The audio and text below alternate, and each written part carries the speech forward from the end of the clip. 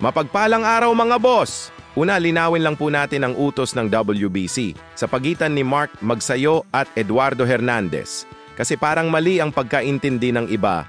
So ang sabi dito, mga boss, inutos na ng WBC na paglabanin sila Magsayo at Hernandez sa isang elimination, so kinakailangan pag-usapan na yan ng magkabilang kampo. Pero kapag hindi sila nagkasundo hanggang Abril 8 ay mauuwi na po yan sa isang purse bid. Para daw yan sa WBC Title Eliminator.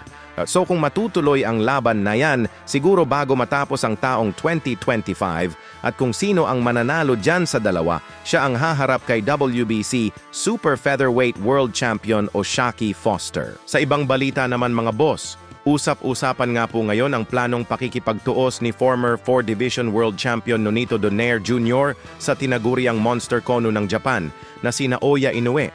So kapag natuloy po ang balak na yan ni Donaire Jr. bali, magsisilbing trilogy na nila yan.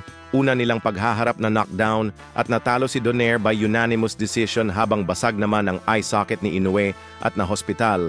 At sa panahong yon may edad 37 na si Donaire kumbaga palipas na sa kanyang prime. Sa kanilang naging rematch naman, may 2 taon na ang nakalipas kung saan tumagal lamang sa loob ng round 2 si Donaire, 2 beses itong humandusay sa lona. Kaya tinigil na lang ng referee. Pero personal nating naitanong yan kay Donaire mga boss kung bakit maaga siya tinapos ni Naoya Inoue at ang sagot ni Donaire wala daw siyang warm-up sa time na yon, walang nagmimits basta na lang daw siya umakyat sa ring. Ang rules kasi dyan, konting papawis muna ang isang boxer bago umakyat sa ring.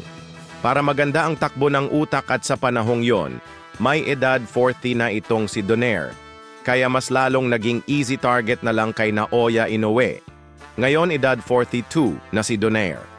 Gusto pa rin labanan si Naoya Inoue. So sa tingin nyo mga boss, kapag napagbigyan siya ng kampo ni Naoya Inoue, ano kaya ang maaring sapitin nitong si Donaire? Samantala matapos maglabas ng video si MJ Makagago na may pamagat itong The Rise and Fall of John Riel Casimero kung saan sa video na yan tinawag ni Makagago na isang demonyo daw ang kapatid ni Cuadro Alas na si Jason Casimero at dahil sa matinding banat, nayan ni Makagago nag-react o nagsalita si Billy Jack Sanchez na kilala bilang isang matalik na kaibigan ng magkapatid na Casimero.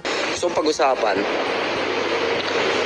ito kasi si MG, gusto ko na yung kanyang pananalita, napapanood yung mga videos niya, meron pa rin mga red flags, pero dito sa pagbanggit niya kay General Casimero at sa magkapatid na si Jason Casimero, yung dalawang magutol, sinabihan niya ng demonyo daw, nakinig sa demonyo to si General Casimero, which is yung kuya niya, si Jason, which is not normal kasi wala tayong karapatan para sabihin yung mga bagay-bagay. Unang-una, personal decisions nila yan sa kanilang mga pamumuhay at huwag tayong magbuo ng mga pangit na senaryo, lalong-lalong na sa mga magkadugo.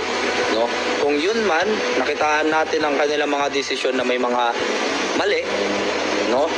Tungkol sa MP promotions or sa boxing career ni Mr. General Casimero, it's the result of their actions and they have their own solution on their own lives. Mr. MG, no? Makagago or Mark Jason Mawarnakulahewa.